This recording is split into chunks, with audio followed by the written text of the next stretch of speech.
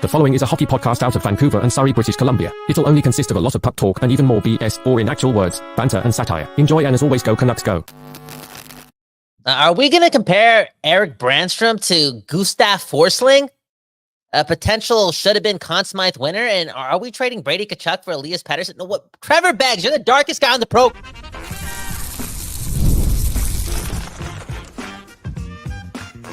You're Locked On Canucks, your daily podcast on the Vancouver Canucks. Part of the Locked On Podcast Network, your team every day.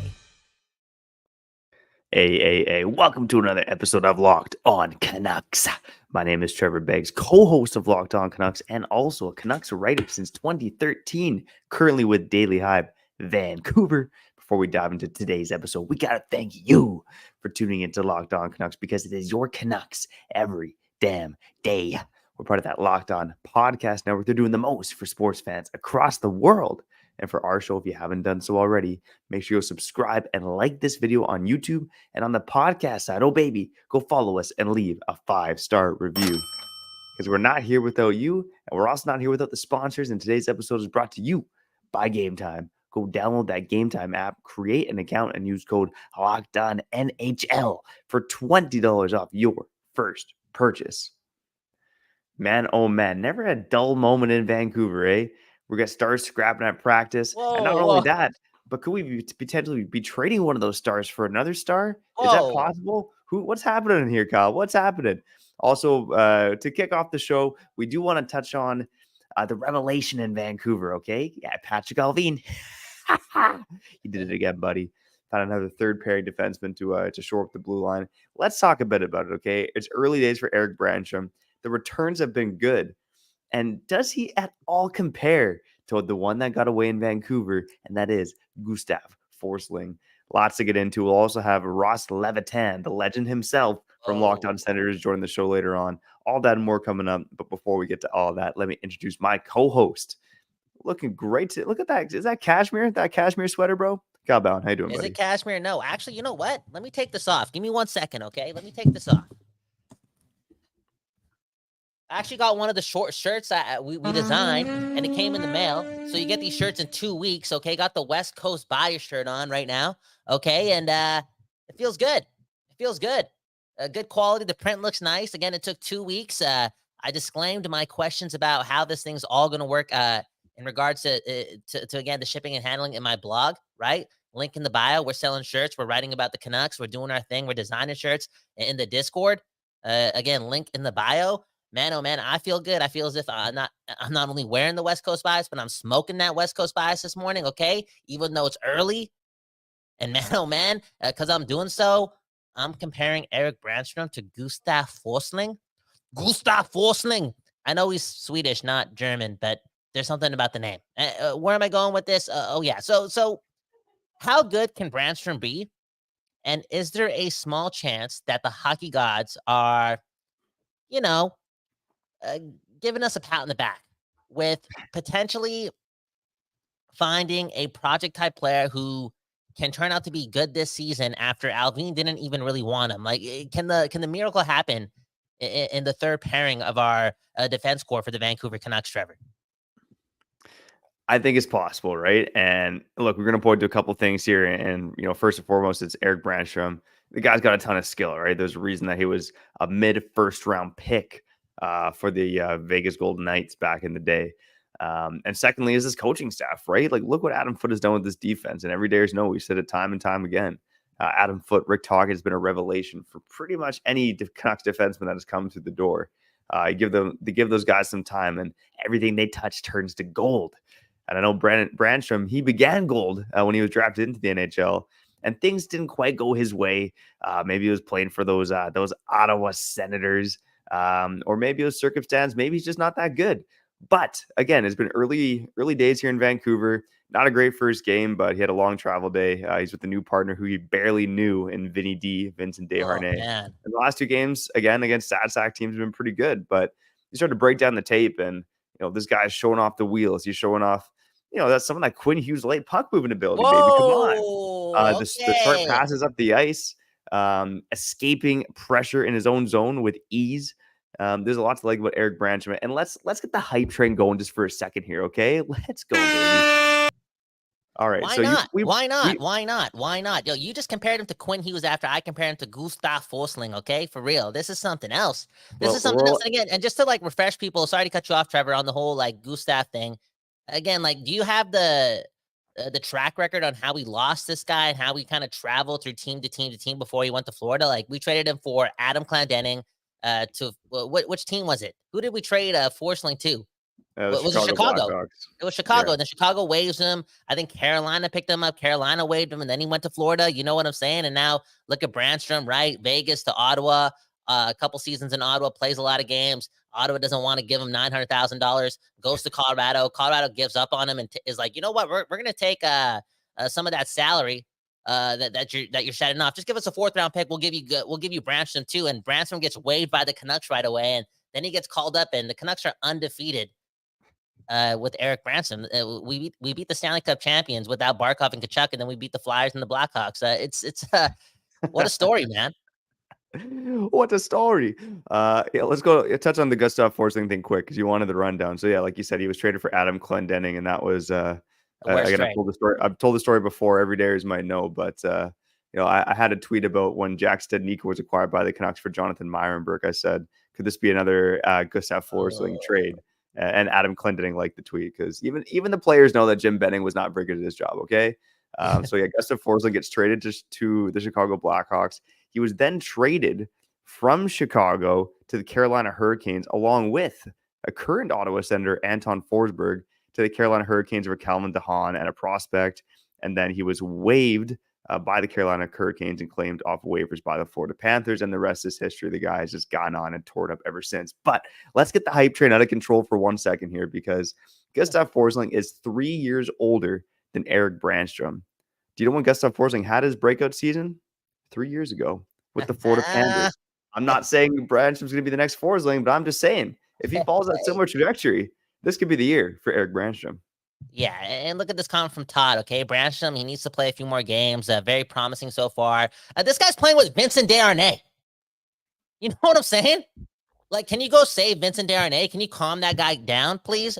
Eric Brannstrom, are you serious? And I think he's done a competent job. And, Canucks fans, if we truly do believe that Talkin and Adam Foote and Sergei Gonchar, they're these teachers and they're these Hall of Fame-like players, and they can find a way to deliver messages to players and teach these lessons and ultimately help players reach their potential or unlock new potential. We got to think the same for Brannstrom. I was about to say Forsling, okay? We got to think the same for Brannstrom. Like, when we signed Desharnais, when we signed Forbert, hey, we talk about Tyler Myers taking the next step in his game. Same thing with Carson Soucy last year. Look at Ian Cole. Look at, Ian Cole on the left side, but look at Nikita Zadorov. If we think that Foote and Tocchet had a hand in that and are going to have a hand in those guys getting better, the ones that we still have, you best believe that there's a small chance that this small player that we have in our back end in Brannstrom gets the same type of lesson, and maybe the projections are there for him. Like, am I onto something there, Trevor? Because again, when Allvin acquires this guy, it sounds as if, based on Alvin's body language and his tone, that he didn't really care for Brannstrom. It was just a throw, and he wasn't on the radar for the Canucks in the offseason. But man, oh man, sometimes you get a blessing, man, for real. Sometimes you get humbled. You want to hire all these trees in your back end to play defense in 2025. Sure, it's great, phenomenal. Vegas did it, but Vegas had trees that can move the puck, and this team needs Eric Brannstrom right now. It sounds crazy, but they do. Man, oh man, Patrick Allvin, when he made the trade for Eric Brannstrom, should have just come out and said, like, yeah, we didn't really want this guy, but this is what we had to do in terms of getting off of Tucker Poolman's contract, because that was more or less what he said, right? That the fact that they had interest in Brannstrom was secondary to clearing up some cap space. So with Eric Brannstrom in Vancouver, look, I'm just curious to see where it goes for him in Vancouver here. Early returns have been good, and Kyle, we talked about it when we were pumping this guy up about a week or so ago. Last season with the Ottawa Senators, and again, Ross Levitan from Locked On Sens coming up in the second segment. Curious about his thoughts on Brannstrom, although I have an idea where it might be going. But again, Eric Brannstrom in Ottawa last season, when you look at the possession metrics, every single Ottawa Senators defenseman who played with Brannstrom had better possession metrics with Brannstrom than without Brannstrom. And, if it's one or two guys, like, you can kind of say it's hearsay, but when it's every single defenseman on that team possesses the puck more with Eric Brannstrom, to me, that's not necessarily a mistake. Wow. I'm not much of a nerd, and I don't care too much about the fancy stats. Like, I'm not one of those guys, but I like the way Trevor's talking right now. And just to break down Brandstrom's game early on, based on what he's done again against Florida, against Philadelphia, who sucks, against Chicago, who sucks. I do enjoy the fact that it only took him maybe like 1.5 games to play with some confidence and jump up in the play and try to make something happen. And I know that may get him into trouble. And ultimately, I think for Brannstrom to stick around in the NHL, there has to be a bit of a humbling and an evolution in his game. But at the same time, that desire for him to try to make something happen, it's refreshing, because I know it was early, but through the first 3 games, it was evident. And we talked about this in the offseason. Man, oh man, like, the Canucks want to play more offense. They want to do all these things, but they have 3 defensemen back there every single night in which their only option to get the puck out is to ring it around the boards. And that's not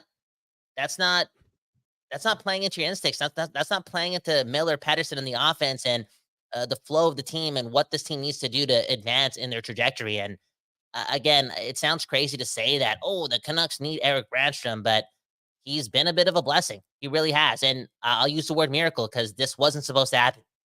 We needed him. The hype train out of control. Let us know in the comments what you think is going to become of Eric Brannstrom. This is a flash in the pan. I see going back to the AHL. Is he sticking around with the Vancouver Canucks? Does he have Gustav Forsling potential? Hit us up in the comments here on YouTube or wherever you like to connect with us. By the way, join the Discord, okay? The best Canucks talk while you're on the toilet in the Discord. Link in the bio for that. Speaking of blessings, we have Ross Levitan from Locked On Sens coming up on the other side to potentially poo-poo on our Brannstrom parade. What? Come on, Ross. What's going on? All right, that's coming up on the other side after we shout out our friends over at FanDuel. All right, you know the deal, baby. Whether it's NFL, NHL, or if you like getting on some of that World Series action, you can get a big return on FanDuel, America's #1 sportsbook. So when you get a hunch in the middle of the game, you can check out the latest stats, view live play-by-play, and so much more on the same page where you place your bets. You'll start with $200 in bonus bets guaranteed when you place your first $5 bet. Now, man, oh man, the Canucks not playing until Saturday. So let's talk about a little NFL, Kyle. Okay, Minnesota Vikings, 3-point favorites on the road against the LA Rams. That seems a little light for the Vikings, your favorite team. Yo, why are you wasting time on this ad read talking about the Minnesota Vikings, man? I don't watch any other football. I watch every single Canucks game, and I watch 3 hours of the Green Bay Packers play. You think I care about other football? Come on, man. My fantasy football team sucks too, okay? Move on, Trevor. I like to see you squirm, buddy. If you want to squirm on some good bets, some bad bets, or you just want to make some money, make sure you go check out FanDuel.com.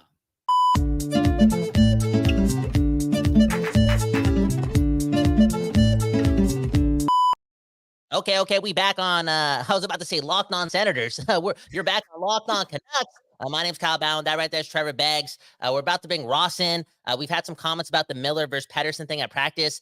During the third segment, we're going to get the darkest guy in the program, Trevor Beggs, to talk about his thoughts on it, okay? Because this dude went off in the group chat, and I was scared. But before we do that, let's bring Ross in to talk about Brannstrom. Let's talk about Brady Tkachuk. Let's talk about how Ottawa has, like, all the former bubble Canucks.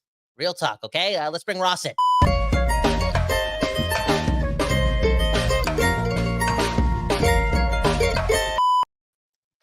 How's it going, Ross? Wow, I'm chatting with 2 guys who are tied with Elias Pettersson in scoring this year. Let's go. What's up, boys? Not much, man. How you enjoying the Vancouver Senators, man? Man, we're all Canucks, right? We are all Canucks. I love it. It's great to be on with you fellas. And we call Eric Brannstrom the franchise in Ottawa. So, hey, I'm all for a little hype train on him. I thought he was treated pretty unfairly in Ottawa. Unfortunately, he had that big qualifying offer this summer. So to keep him, they would have had to give him $2 million. So I don't think that was in the cards. And I'm happy to see him get a fresh start. I thought Colorado was always a weird fit, him signing there. They already had Samuel Girard, kind of a similar type player. Obviously, you guys compare him to Quinn Hughes. He's got the size, but Quinn Hughes is so elite that you're able to then kind of trickle down afterwards. But with him and Girard, it just felt weird. So yeah, what's the early returns? You guys like what you're seeing so far? Yeah, I like it, and I really like that player comp. Like maybe he can turn into a poor man's Sam Girard, which I'll take. Seriously, Trevor, what do you think about Brannstrom, man? We just went through it, but after Ross just gave us that spiel, I feel a lot better knowing that it was a money thing that got in the way, not just this guy sucks. Let's get this guy off the Ottawa Senators, okay? Yeah, and I'll let Ross dive into it a little bit, more of the scouting report there. But yeah, with Brannstrom in Ottawa, I think there's this conception that he's back because he played on a bad Senators defense, and my thought was he was a part of the problem, right? This guy had played 150 NHL games over the past 2 seasons. Obviously came in with that high pedigree and never lived up to it. But man, oh man, let me throw these numbers, okay? These numbers from last season. This is something else, man. Eric Brannstrom at 5-on-5 with all the Senators defensemen last season. His main partner, Nick Holden. Nick Holden went from a stud into an absolute dud when Brannstrom wasn't skating with them. But every single Senators player here, Holden, Chabot, Zub, Hamonic, Sanderson, and Chychrun, all have better possession metrics with Brannstrom than without. Ross, is the analytics here just out to lunch, or is there something there about Brannstrom elevating the play of the Senators defense last year? No, that's a very fair comment. And you saw the numbers, they speak volumes. I think where you're looking with Eric Brannstrom was just the fit in Ottawa last year. And you can go back 2 years really to when they acquired Jacob Chychrun. It just wasn't a fit because they already had these left defensemen. They were so left heavy that they ended up moving Brannstrom into a spot where it just felt like he was going to get squeezed out one way or another, unless he was a power play 2 guy, unless he was able to put up the offensive numbers that he was touted for as one of the top prospects, captain of the World Junior team for Team Sweden, where I think he had 4 goals in 5 games at the World Juniors. Like, he had always had that offensive pedigree. And there's something, and Canadian markets are always pretty critical, I think, of defensive defensemen and that sort of thing. So it's funny because I would almost categorize him as more of a 2-way defensive defenseman than offensive. Like, I think he's really good at shot suppression when he's on the ice, as those numbers show, but it's just the odd time he'd just get bullied in front of the net and it'd be like a tap in back door, and then everybody would throw their arms in the air. He was so unfairly treated from the day he was traded to Ottawa. Pierre Dorion, infamously, when he traded Mark Stone, who was a legend, should have been the next captain of the Senators, and he said it was his proudest day as GM. Like, does that not put so much pressure on Brannstrom? They didn't even get a first-round pick in the trade. They got a second. And the reason why, he goes, because we needed Eric Brannstrom. Like, that was the golden nugget of trading Mark Stone. So you obviously, you're never going to live up to that sort of expectations. You see Mark Stone go on to win a Stanley Cup as the captain of the Golden Knights. It's just like, he was put in a position to fail from day one. And sure, a bit of it's on him. Like, I think at one point he went 100 games without scoring a goal. And it's just like, yeah, it's not necessarily going to be a 15, 20 goal guy, but you just didn't see enough offense. And behind Chabot and Chychrun and now Jake Sanderson, who's just exploded offensively, he was never going to get that proper opportunity. And at the end of 3 years in a row, Chabot missed time at the end of the season. And at that point, Brannstrom would elevate in the lineup, and he never looked out of place. So if it wasn't for the $2 million qualifying offer, I really think they would have kept him at the same price that the Canucks are paying him now in $900K. And what was some of the feedback from Senators fans when they didn't? Obviously, like, the qualification wasn't going to happen because the money was out there. But was there a bit of a stench? Like, was there like a feeling that you guys might miss him? Yeah, a little bit. I think with the emergence of Jake Sanderson, it was less so, and they were really focused this summer on balancing the decor. That's why you saw Chychrun traded for Nick Jensen, which raised a lot of eyebrows. Of course, Chychrun has a much higher ceiling at 26 years old than a 33-year-old Nick Jensen, but they just needed a stabilizing partner for Thomas Chabot. It really comes down to that and that left-right combo. So I think a lot of Sens fans were just like, man, I hope this guy finds success somewhere else. It was never against Eric Brannstrom. Everybody loves it. Very likable guy. It just felt like he was always put in a position to fail in Ottawa. And with that, you can blame management more than anything. We had our Jim Benning in Ottawa, man. That's what he is in Ottawa. He made these big swings and big statements, and then they always just fell flat. And Eric Brannstrom was directly tied to that with the biggest mistake in Sens history, which was trading Mark Stone. Wow. Yeah, the biggest mistake in Sens history is a big one. And you're right. There was a lot with Dorian and Kyle and I going back years. I remember doing a GM rankings podcast with Kyle in 2018, and Benning and Dorian right there in the basement. in terms of NHL general managers. But you talk about Sens fans, wishing the best for Brannstrom, and the fact that when he was elevated up the lineup, he always seemed to succeed. Yeah. What do you think the ceiling is for Eric Brannstrom? And are we completely out to lunch to say that maybe this guy's got that Gustav Forsling potential in him? Well, I was today years old when I learned that the Canucks drafted Forsling, and it just shows you, man, these late blooming defensemen, they can pop out of nowhere. Like he's never going to be bigger than 5'10", and I think that might even be a little generous to him. So in the defensive zone, he's always going to have his challenges, but in a sense, like who better to be at practice with every day than Quinn Hughes, because he's learned how to defend at his size, using his stick positioning, being in the right spot, and being able to transition the puck from defense to offense in a hurry. So I think as long as, and I actually don't mind Desharnais as a partner for him, just because you want that guy who can clear the crease. Branny's more of a go in the corner and try to stick check and get it out. But I think that if you're looking at kind of where he could slot, I think he could be a power play 2 guy and a transitional defender. Ottawa used him a bunch on the PK, and frankly, he didn't look out of place. Like this guy, he can skate like the wind, and he's also got a really good stick in the neutral zone. He's good at breaking up plays. So I think that the sky, maybe not the sky's the limit. That's probably a bit of a hyperbole, but I think in ultimately he can be an everyday NHLer and a guy who gives you at least 50-50 shifts on a daily basis. Dude, this all sounds like a bonus, man. I'm so excited right now. And just to have a more clarification on the player type and him, again, with the name Eric Brannstrom and the size, you kind of just view this guy as only an offensive dude. And for you to kind of clear up some of the noise, because again, we're not watching a lot of Ottawa Senators games here, okay? And you guys are not playing in April or May, right? So it's like we can't really watch you guys. Well, half our games have been at 10 a.m. Pacific so far this year, too. There you go. You know what I'm saying? I was watching, buddy. Man, I was at the LA game last Monday, the 8-7 overtime game. Outrageous.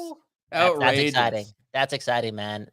One love to the Senators. We'll get more on the Senators because there's a lot of Canucks connections there too. Like one more point on Brannstrom. Again, I'm just enjoying, and I think our fans can say the same thing about how the way you speak about him is completely different than what we thought we were getting in him. We thought like we were getting just an offensive defenseman with a big shot and he can't do anything else. But it's like he's not even that guy.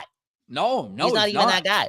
Like he could be a guy that you see come over the board shorthanded, which is not often of a guy who's 5'10" on a good day. It seems like he's just kind of learned how, and you see that, and I actually really respect that. And we'll get to a guy, I'm sure, Adam Gaudette, similar, like such a scorer at junior and in college, and then these guys are able to grind out an NHL career because they realize that, hey, maybe I don't have that offensive talent at the top level. So how am I going to be able to stick around? And we've seen Brannstrom really commit to an all-around game. So I'm really happy for him. It was actually Joey Decord that told us on Locked On Sens when they were in Belleville together. They call him the Branchise. I mean, that's an all-time nickname. But again, it almost puts a bunch of pressure on him, right? It just felt like at every turn, this guy was kind of given the keys to the kingdom, if you will. And I think being able to fit in a team that's just picked him up on waivers, low expectations, I think it's a really good fit for him there.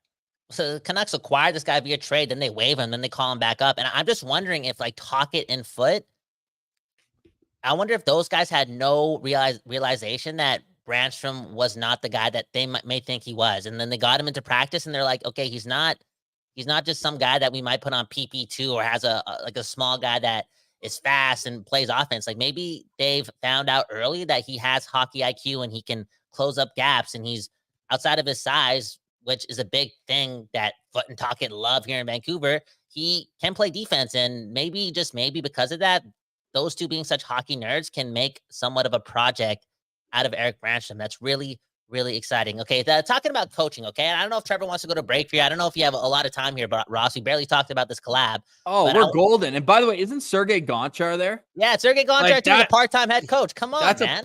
That's a perfect guy to learn from, too. Sens legend, Sergei Gonchar. I got a signed jersey in the basement, actually. Oh yeah, I forgot he played for the Sens. I forgot he played for the Sens. So the corpse of Sergei Gonchar played for the Sens. He was like 38, 39 at the time.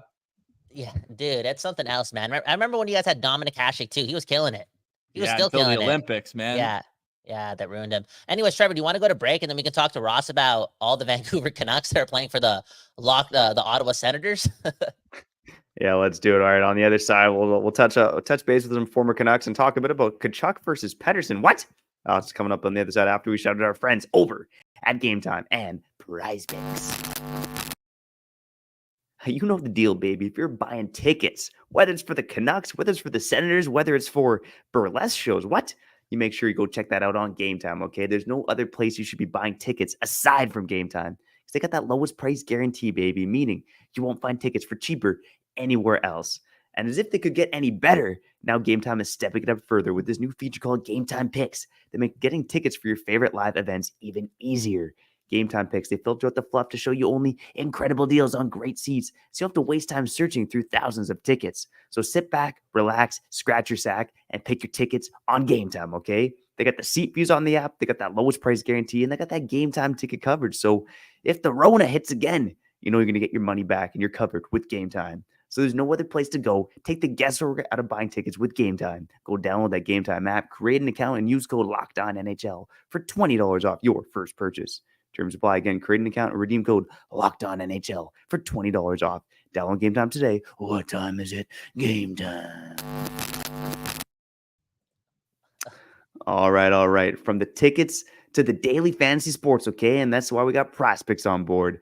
PrizePicks, they got over 10 million members and billions of dollars in awarded winnings to give away to you and you and you and you, okay? So on PrizePicks, you can win up to 100 times your money on PrizePicks with as little as 4 correct picks. It's that easy, baby. More time to sit back, relax, and scratch your sack with PrizePicks. Sign up today and get $50 instantly when you play $5. You don't even need to win to receive the $50 bonus. It's guaranteed. Do you think Elias Pettersson will score more than 1 goal against the Pittsburgh Penguins on Saturday night? Will Kevin Lankinen get a second shutout? Make those bets on PrizePicks, baby, okay? So again, go to PrizePicks, download the app today, and use code LOCKEDONNHL to get $50 instantly after you play your first $5 lineup. PrizePicks, run your game, mother.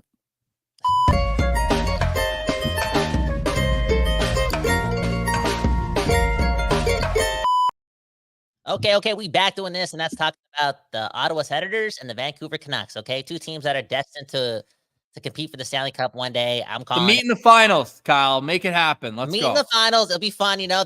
Both teams don't have a Stanley Cup. Bring the cup back home, whatever that means. It'd be intense, and maybe that will be the time in life where I start hating Ross and Brandon, which seems impossible because Ross and Brandon have done a lot for Locked On Canucks. Real talk, guiding us through the journey. On that note, join the Locked On Senators Army, man. Those guys are a fun hockey podcast. Go find them on YouTube or wherever you stream your podcast.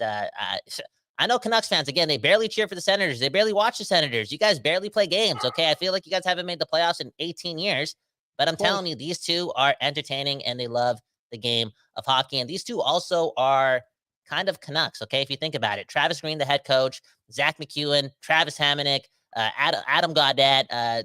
There's probably somebody else that's on the Senators that used to play for the Canucks, okay? Matthew Highmore's in the minors right now, but he's there in the you mix. go. Matthew Highmore, I kind of missed the guy. He had a really 420-esque name, okay? We kind of miss him here on the West Coast. Anyways, how has the Travis Green experience been? Man, so far so good. Honestly, they're just finding different ways to win games. And I heard the most depressing stat of all time. This is the latest in the season the Senators have been in a playoff spot since 2017. We're 6 games in. And they're 4-2, so we won't apologize for being 4-2, but the way they're winning games is not sustainable. They're winning 8-7. They're winning 5-4. Then they're finding a way to get a shutout in Utah, handing the hockey club its first loss of the season. So now it's almost like we're the captain now. Like, we're the hockey club now, okay? We're the Ottawa Hockey Club, and we're here to hopefully have a big weekend. We'd be helping you guys out with a couple wins this weekend. We're in Vegas tomorrow and in Colorado on Sunday night. So, hey, it's been a good start to the Travis Green experience. It seems like he's slotting players in the right spot, but Sens fans have been burned by November year after year after year. So I'll give you a better answer on December 1st. How about that? No, that's a good point. And it's maybe Trevor can touch on this more because I feel as if during like the middle to the end of the Travis Green experience, I was tuned out. I was so bored of Jim Benning and everything like this club was doing. And it was kind of hard for me to get a grip on what type of head coach he would be for Ottawa. So I don't know if Trevor wants to touch on that. And again, I just remember there was a time where Travis Green was like high on the list of like the future best head coach in hockey, right? That had to be a thing.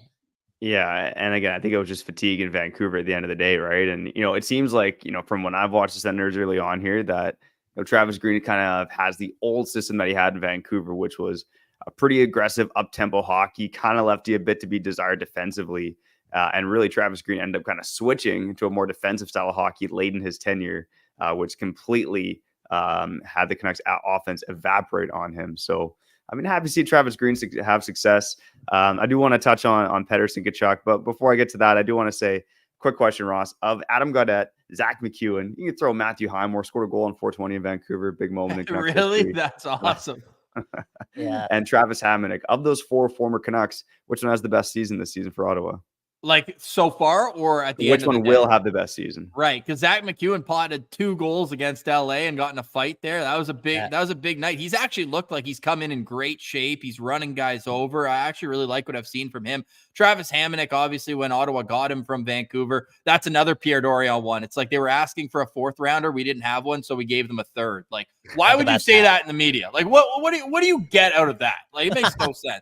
But after a couple of really downward trending years, Hamonic's been up with Jake Sanderson because of the injury to Artem Zub, and he's actually looked serviceable. He's blocking shots. He's doing all the little things. Adam Gaudette had a fantastic preseason, scoring in 4 out of his 5 games. But that 4th line for Ottawa with Nick Cousins as the left winger, the most punchable face as voted by the NHL players last year, they're doing their job. They're playing 11, 12 minutes a night, which for Ottawa in the last few years is a very high average ice time for his 4th line. So I like that he's rolling 4 lines. So if I have to give you an answer, I know it's funny because you're kind of giving me like 4 of the Sens' worst 5 players here in choosing this, but I got to go with Zach McEwen just because he does bring that. Every once in a while, he just pulls out a little skill move where you're like, oh, yeah, NHLers are that good, right? Even the guys who are at the bottom of the lineup. So he already tied his goal output from all of last season with 2. So I'm going to go with Zach McEwen in a hotly contested race.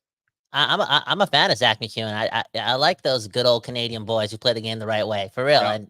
Yeah. And great East Coast accent on him too. Yeah, he's taking the long road to get to the NHL. And another guy who's taking the long road, Trevor, and maybe you have the actual fact on this, is Adam Gaudette. I think Adam Gaudette was brought into the Canucks way too early. The Canucks were so bad there that they were literally using these college draft picks that they had and bringing them in way too early for a moral victory, to get the fans to be a little happy towards the end of the season. No, it was happening year after year after year. And Adam Gaudette was one of those guys, had a lot of skill. I think he won, I don't know if this guy, Hobie Baker.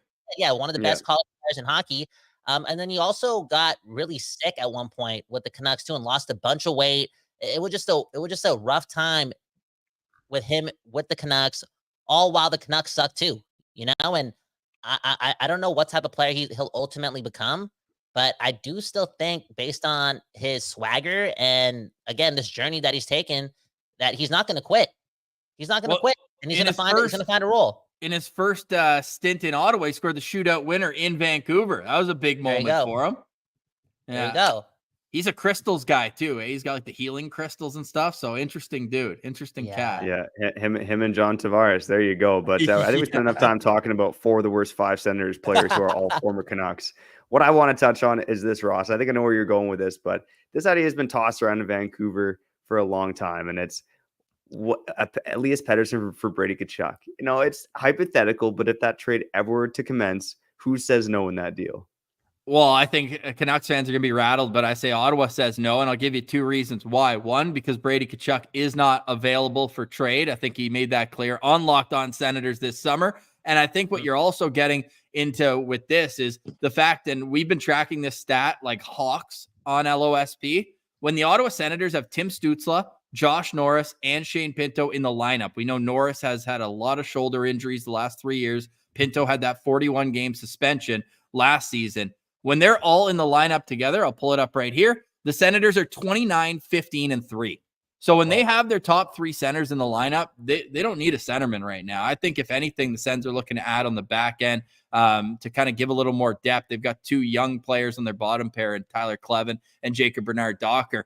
And this is not discounting Elias Pettersson at all. I joked with you at the top. Obviously, he's got 0 goals in 6 games so far this year, but he's obviously a heck of a player. Any team would be lucky to have him. And I think if you're looking at it like objectively, if we went to an arbitrator, they'd say either fair trade or that the Canucks have the better player in that trade. But for what Brady Tkachuk means to the city of Ottawa, the culture around the Ottawa Senators and everything like that, he's just, to me, a straight up untouchable. There's like McDavid and maybe 3 other players that I personally would trade Brady Tkachuk for. And I get that that's my Sens goggles on, but if you know what Brady means to the dressing room, to what he means to the fan base, especially, like there would be riots if Brady Tkachuk was traded for anybody, let alone a guy who they already are pretty stacked at that position.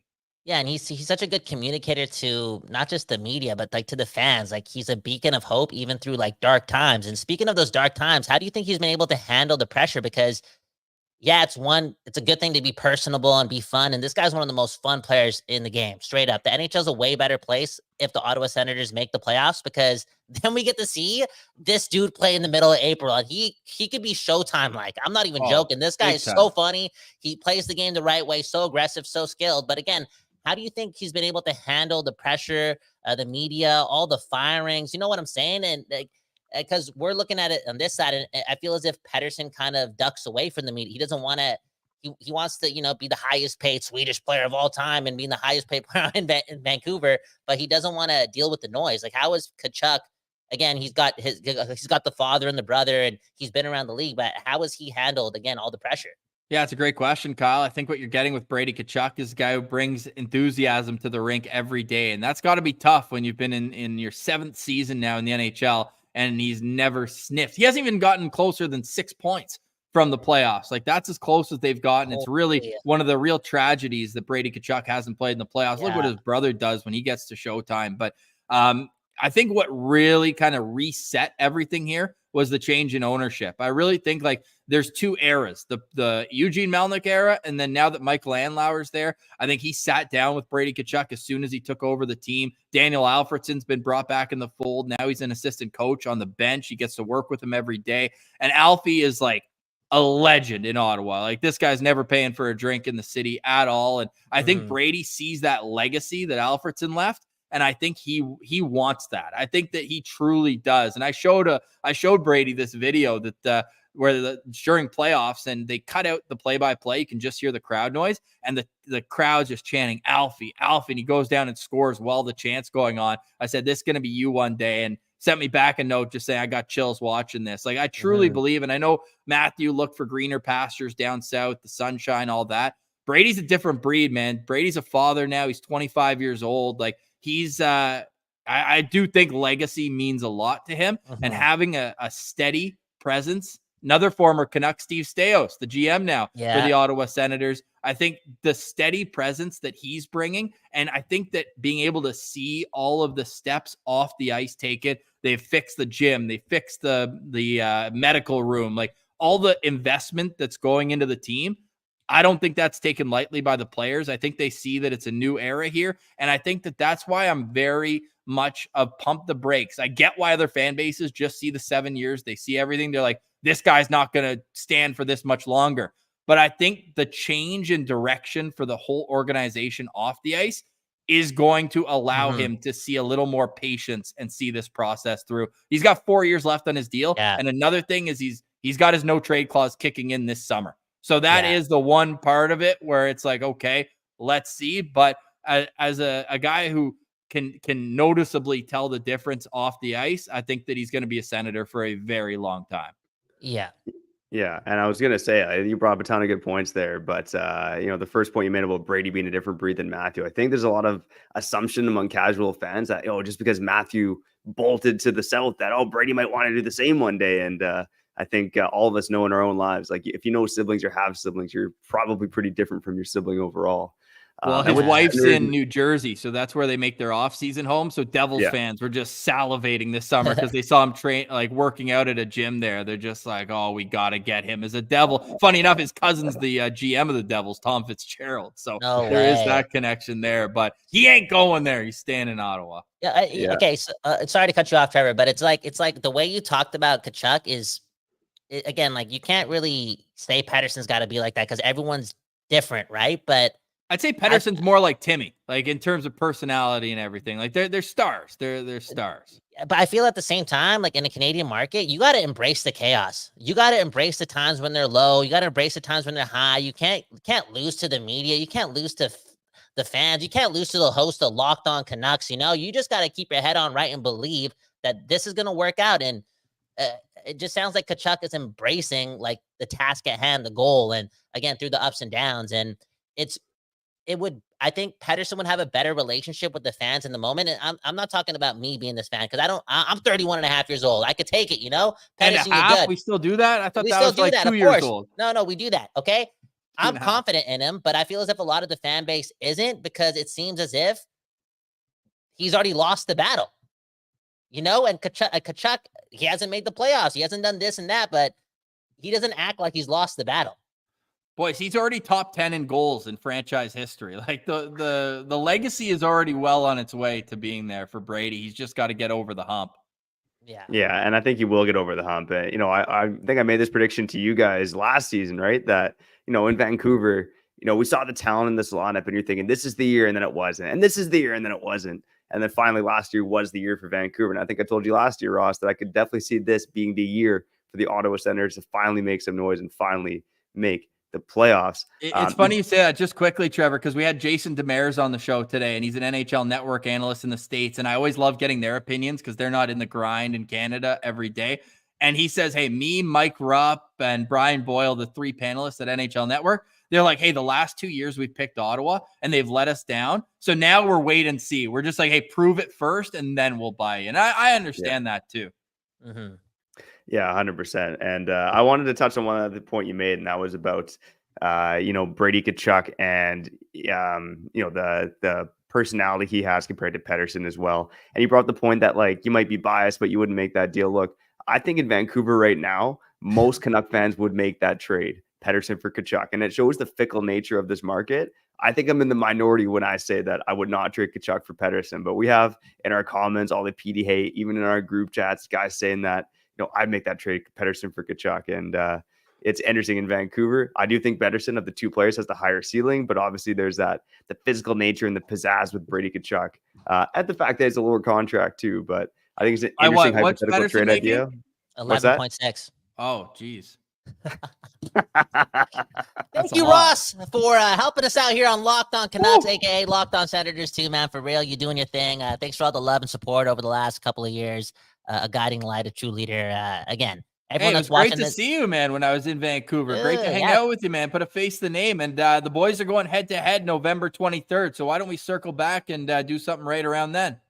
Let's do it, man. Let's do it, man. Anything for you guys, man. This was a fun time. I know our people really like this conversation too. Hit all the links in the bio. Connect some more with everything we're doing at the Locked On Podcast Network. One love to the Don't Doze Art Lab for giving us the space to give you that West Coast bias and sometimes that East Coast bias on the daily. Beggs, you do your thing. Sign us out. One love again to Ross.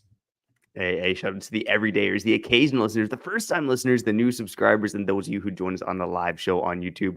Whenever you're listening, wherever you're listening, we appreciate the hell out of you for tuning in to Locked On Canucks. More defense talk potentially later this week. Did the Canucks make a mistake with OEL? What the hell is going on with Carson Soucy and Brock Besser? Brock Besser? What's going on with this contract situation? And is he a lock to play with Brady Tkachuk and Team USA at the Four Nations? All that coming up on later episodes of Locked On Canucks. But for now, we got to get the hell out of here. I'm Trevor Beggs. That guy's Kyle Bowen. That guy is Ross Levitan from Locked On Senators. And you've been listening to Locked On Canucks.